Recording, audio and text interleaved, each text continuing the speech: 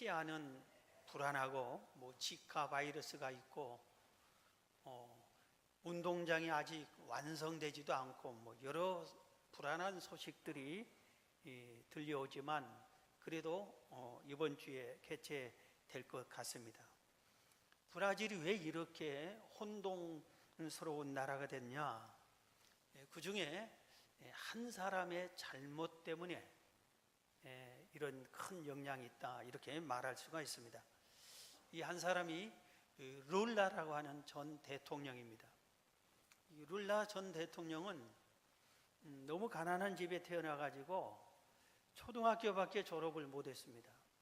그런데 먹고 살기 위해서 구두 닦기 하고 또 뭐 땅콩을 팔고 신문을 팔고 이런 어려운 생활을 겪고 일을 하다가 어느 이제 공장에 일을 들어갔습니다. 선반공으로 들어갔습니다.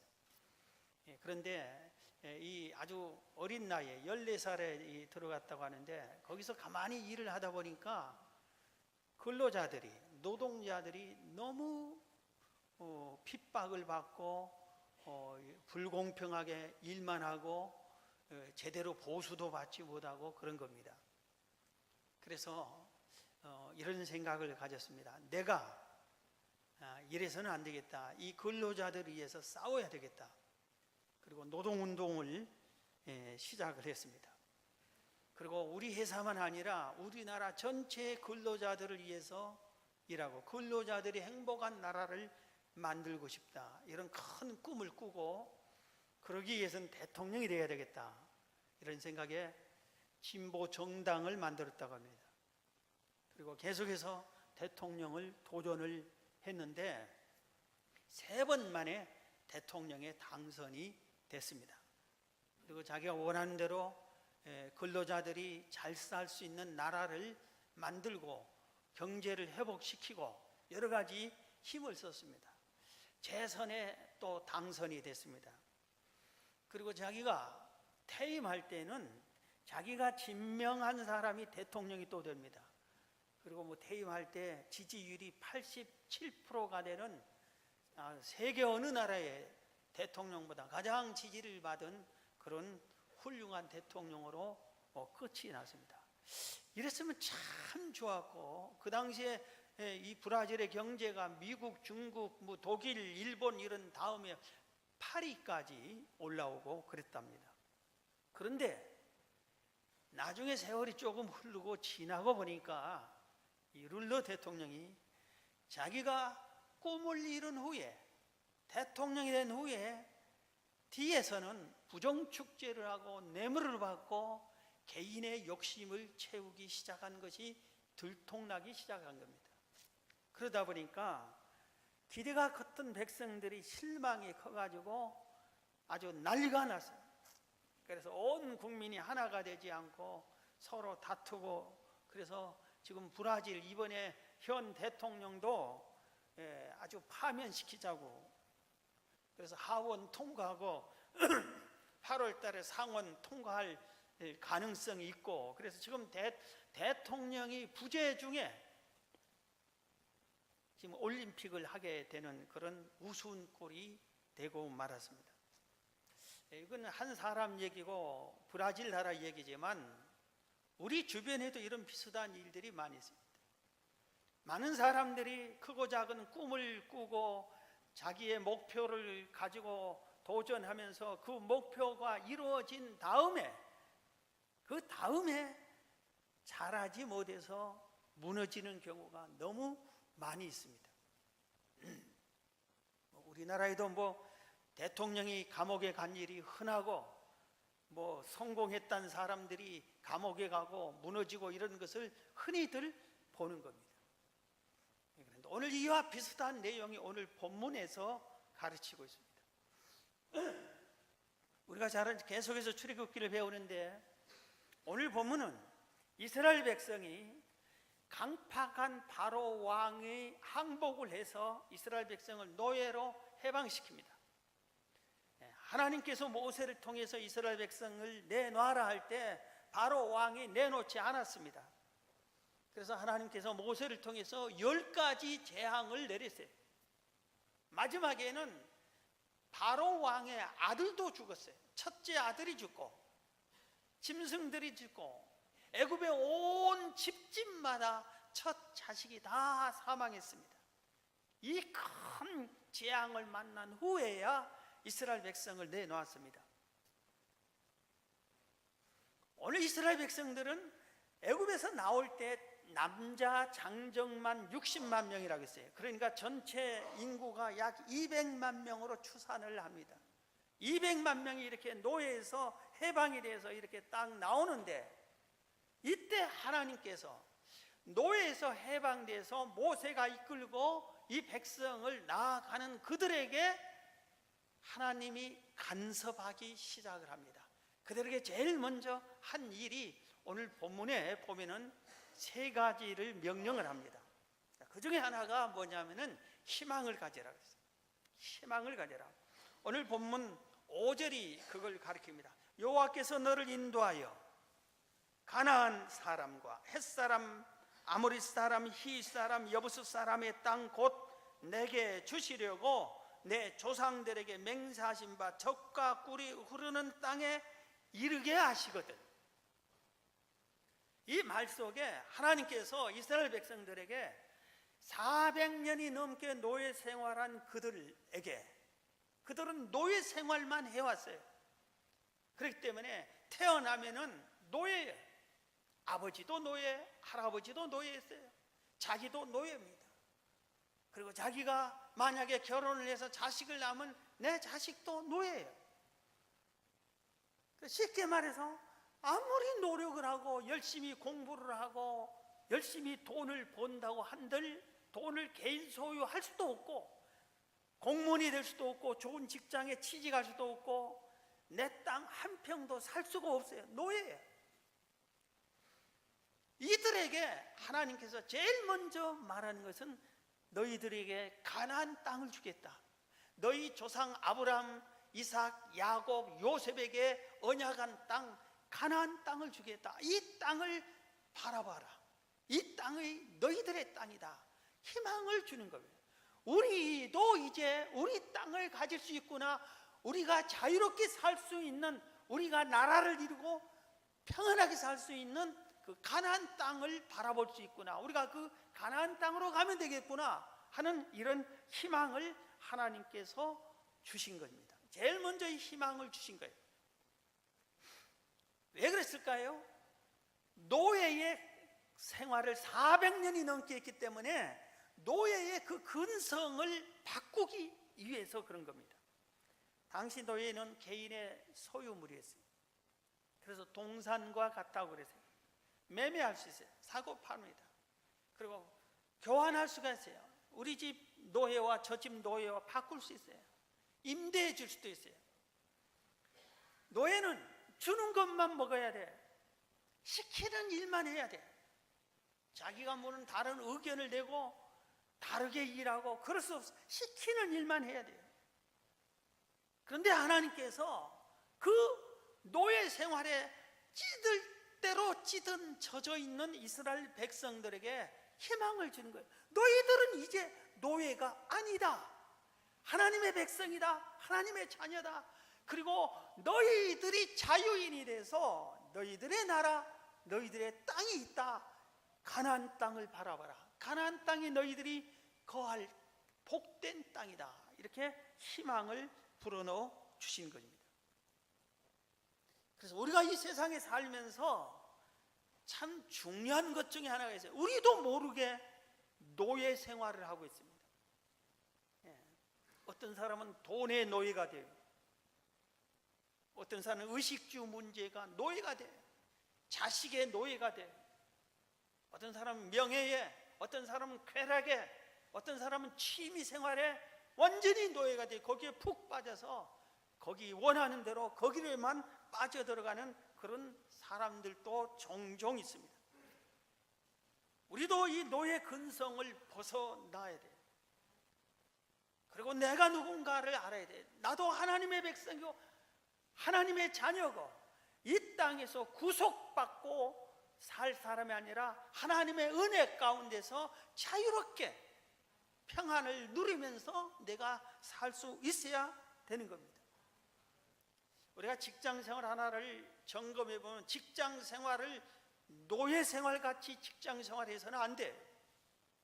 이 직장에서 시키는 일만 한다든지, 나는 이 회사는 나와 상관없고 나는 일하고 월급만 받으면 된다, 이런 정신은 노예 정신과 비슷한 겁니다. 그렇게 해서는 안 되는 거예요. 직장 생활에도 희망을 가져야 돼요. 하나님이 나를 여기에 파송한, 나는 이 직장의 선교사다.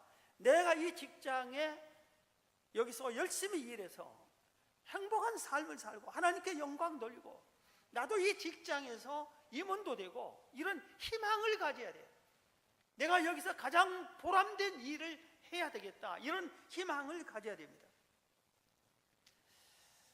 김규환 명장 얘기를 하려고 합니다. 이 사람은 정말 찢어지게 가난한 사람이에요. 룰라 대통령보다 더 가난한 사람이에요. 그래서 아예 학교를 가본 적이 없어요. 초등학교도 들어가 본 적이 없어요.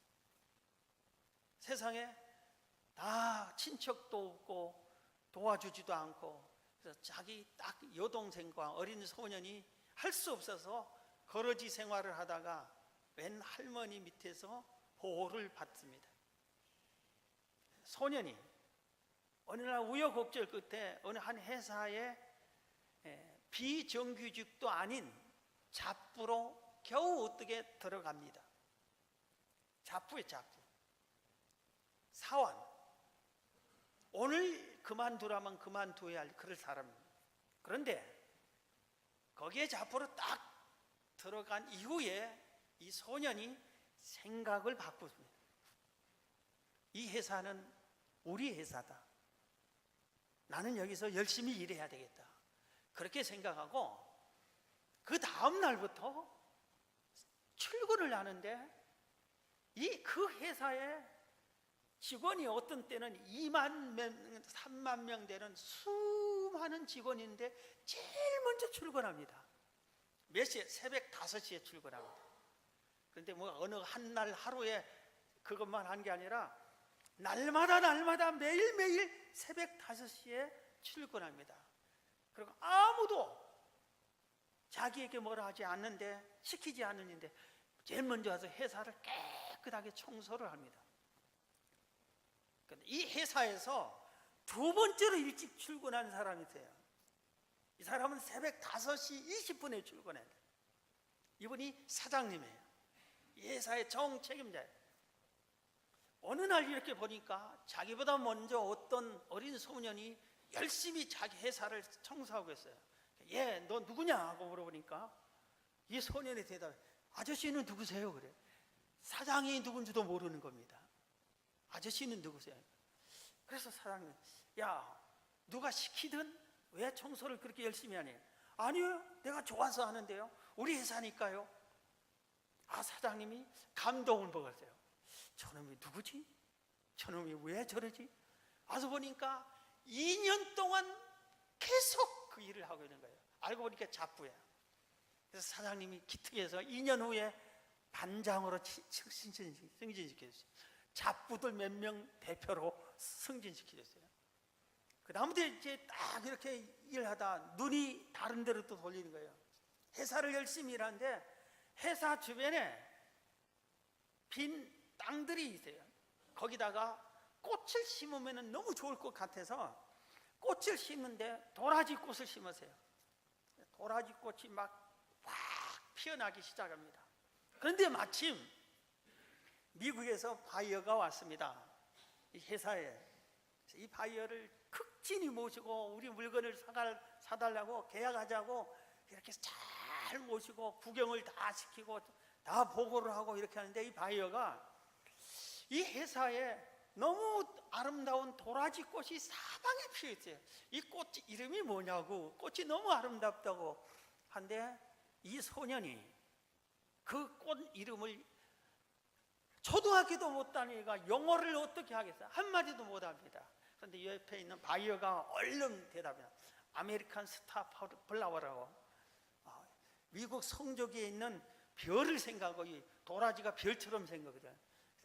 이것을 그래서 바이어 당신이 오니까 이렇게 갖고 왔다고 이렇게 둘러대는데 이 바이어가 뿅 갔습니다. 우리나라 국기에 있는 성적에 있는 별과 같은 꽃이 이 회사에 많구나. 그리고 수백만 달러를 그 자리에서 계약을 해줍니다. 사장님이 도라지 꽃을 키운 이 소년이 너무 기쁜 겁니다. 또 승진시켜줄 겁니다. 그런데 이 사람이 회사 일을 하는데 우리는 부러하면은 시킨 일만 하잖아요. 그리고 시간 되면 도망가고 뭐 퇴근하고, 도망간다 해서 죄송합니다. 퇴근하고 뭐 출근 전 시간에 도착하면 되고. 그런데 이 사람은 그렇지 않은 거예요. 이게 자기 거예요. 회사가 그 회사에서 가장 말단에 아무도 알아주지 않는 이 소년이 이 회사를 자기 거로 생각하는 거예요. 그래서 그렇게 열심히 하는 겁니다. 그리고 계속해서 사장님께, 부장님께, 과장님께, 계장님께 계속해서 이러면 어떻겠습니까? 제안을 하는 겁니다. 새로운 안건을 제시하는데 무려 24,000건이나 제안을 했대요.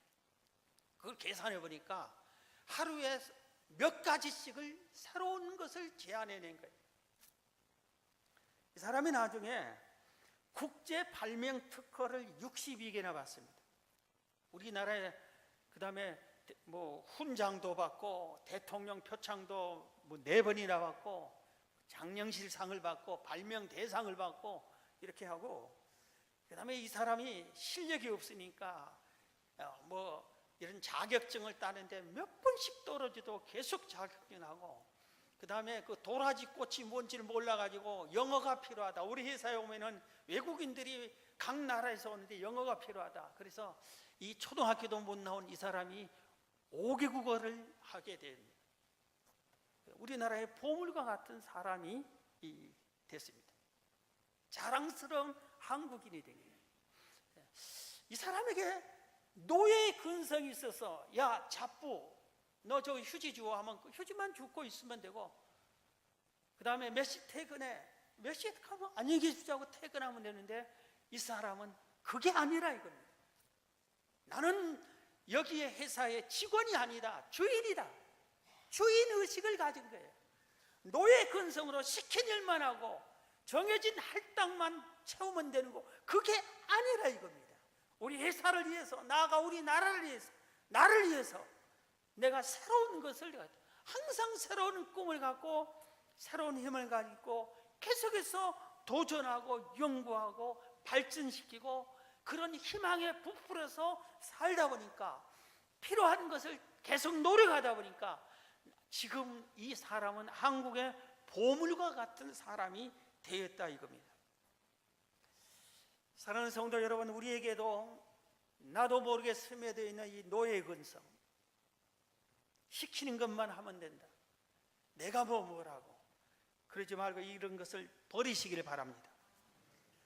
좀 더 하나님의 죽지 못해 일하고, 어쩔 수 없이 일하고, 다른 길이 없어서 할 수 없이 일을 하고, 이런 생활의 방식을 바꿔야 됩니다. 그래서 우리가 희망을 가져서 하나님이 이스라엘 백성 400년 노예 찌들은 그 백성에게 가나안 땅에 희망을 가져라. 너희들은 가나안으로 간다. 가나안 땅이 너희들 거다. 너희들은 노예가 아니라 하나님의 자녀다. 내 백성이다.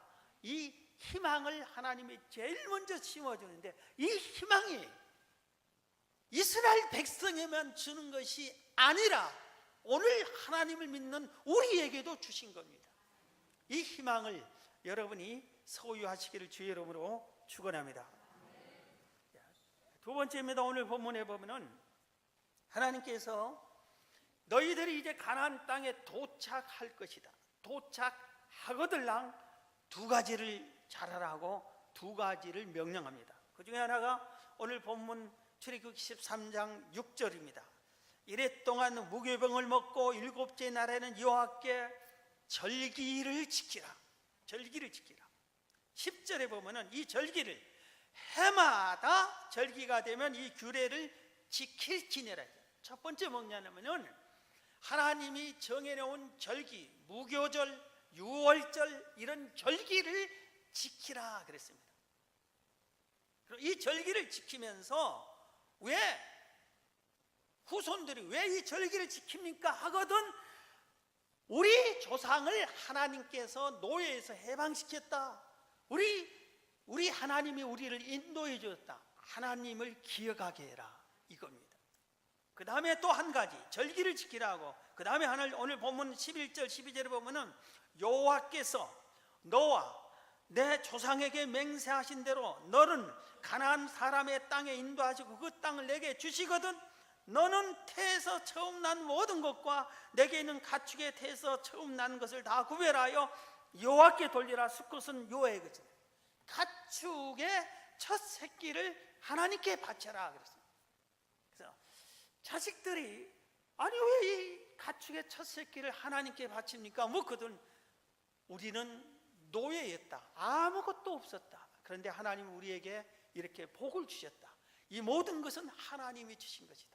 모든 것이 하나님의 것이다. 그러나 이것 첫 새끼는 구별된 하나님께 바쳐야 할 것이다. 하나님이 우리의 모든 것을 주신 것을 감사하면서 바치는 것이다. 이 두 가지 절기를 지키는 것과 첫 새끼를 지키는 것의 목적이 뭐예요? 여호와를 잊지 말고 경외하라 이겁니다. 너희가 가나안 땅에 도착하거든 반드시 이것을 계속 지키라. 가나안 땅에 도착했다는 것은 꿈을 이뤘다 이거예요. 희망이 이루어졌다 이겁니다. 목표가 달성했다 이겁니다. 그런데 많은 사람이 꿈을 이룬 후에 하나님을 잊어버립니다. 내가 왜 이 꿈을 이뤘지? 내가 어떻게 해서 오늘 이런 복된 인생을 누리지? 하나님의 은혜를 잃어버리는 겁니다. 그래서 하나님께서는 하나님을 잃어버리고 하나님을 멀리 떠난 백성에게 은혜를 베풀 수 없잖아요. 그래서 계속해서 그 은혜를 베풀고 계속해서 그 복을 주기 위해서 나를 잊지 말라. 나는 살아계신다. 나는 너희의 여호와 하나님이다. 나를 섬겨라. 나를 경외하라. 이것을 강조한 겁니다. 우리 인생이 여호와 하나님을 버리지 않으면 절대로 실패하지 않습니다. 믿습니다.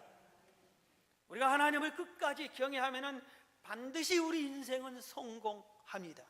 우리에게 하나님이 희망도 주시고 그 희망도 하나님이 이루어 주십니다. 그런데 문제는 그 희망을 이루었을 때 우리가 잊어버린다. 하나님을 잘 잊어버린다 이겁니다. 그래서 성경은 잊지 말라고 계속해서 여호와 하나님을 경외하라고 말씀합니다. 신명기 13장 4절에 보면은 너희는 너희 하나님 여호와를 따르며 그를 경외하며 그의 명령을 지키며 그의 목소리를 청정하며 그를 섬기며 그를 의지하며 그랬어요. 너는 언제 어디서나 너희 여호와 하나님을 따르라. 그 하나님을 경외하라. 그 명령을 지켜라. 그 목소리를 청정해라. 그를 섬겨라. 그를 의지해라. 이렇게 말씀한 거예요. 우리가 언제나 그렇게 해야 되는 거예요. 내가 힘들고 어려울 때도 여호와를 의지하지만 잘 될 때도 여호와를 의지하고 내가 아무리 바빠도 하나님의 명령을 듣고 하나님의 음성을 듣고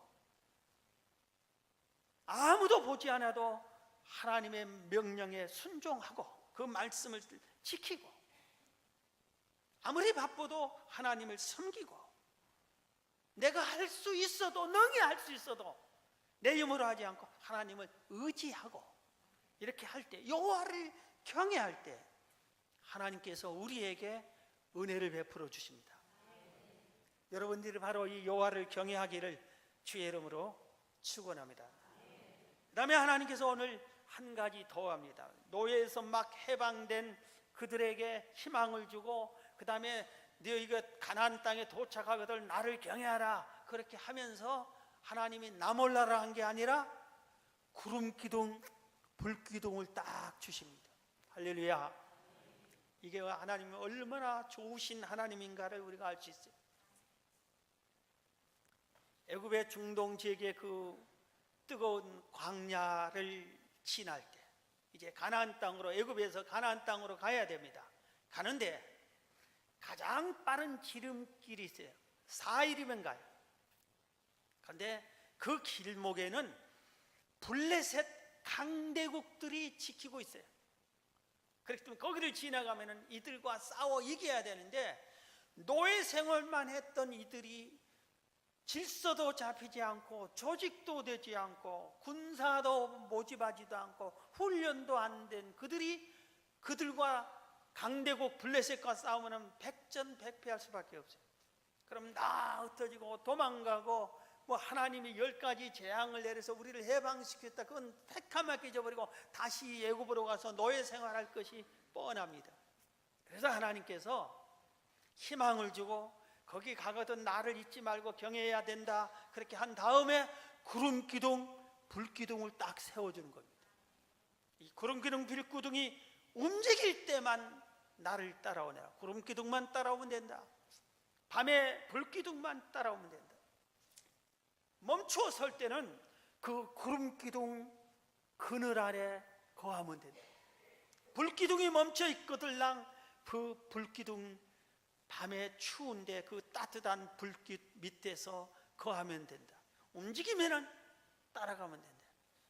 그래서 구름 기둥, 불 기둥은 두 가지 큰 은혜를 베푸는데, 우리를 보호해 주는 것과 우리를 인도해 주는 겁니다. 이것은 뭘 의미하냐면은, 이스라엘 백성들이 노예에서 해방돼서 이제 가나안 땅으로 이제 가는데, 가나안 땅으로 가는 그 길을 자기 마음대로 가지 말라 이겁니다. 이 세상 사는 인생 길을 네 멋대로 살지 말라 이겁니다. 구름 기둥, 불 기둥, 하나님과 동행하라 이 말입니다. 여러분, 우리가 이 세상에서 나 홀로 사는 사람은 건방진 사람입니다. 제 멋대로 사는 사람은 거만한 사람입니다. 내가 하란, 나는 반드시 이렇게 하면 할 수 있다, 자신감은 좋은데 하나님을 버리고 하나님과 함께 하지 않고 자기 멋대로 사는 사람은 실패할 수밖에 없지만, 그 정신 자체가 교만하고 거만한 사람입니다. 하나님이 함께 할 수가 없다 이겁니다. 우리는 이 세상을 살 때 하나님과 동행해야 됩니다. 할렐루야. 그래서 예수님이 우리를 향해서 뭐라고 하셨어요? 나는 선한 목자다 그랬어요. 선한 목자다. 내 양은 내 음성을 듣고 내 알을 따른다고 그랬어요. 나도 양을 안다고 그랬어요. 선한 목자인 예수님과 양이 함께 하면은, 선한 목자인 예수님이 우리를 푸른 초장 실만한 물가로 인도해 주세요. 선한 목자인 예수님을 버리고 양이 자기 멋대로 가면은 가시밭길에 또는 이리와 늑대의 밥이 될 수밖에 없어요. 오늘날도 구름 기둥과 불 기둥이 있어요. 그거보다 더 좋은 게 있어요. 그게 뭐냐면 예수님이 승천하시면서 양 줄 것이다 그랬어요. 할렐루야. 그래서 우리에게는 구름 기둥, 불 기둥이 있는 게 아니라 아예 내 안에 하나님의 영이, 하나님의 신이, 성령이 내 안에 오셔서 나를 감동 감아 주시면서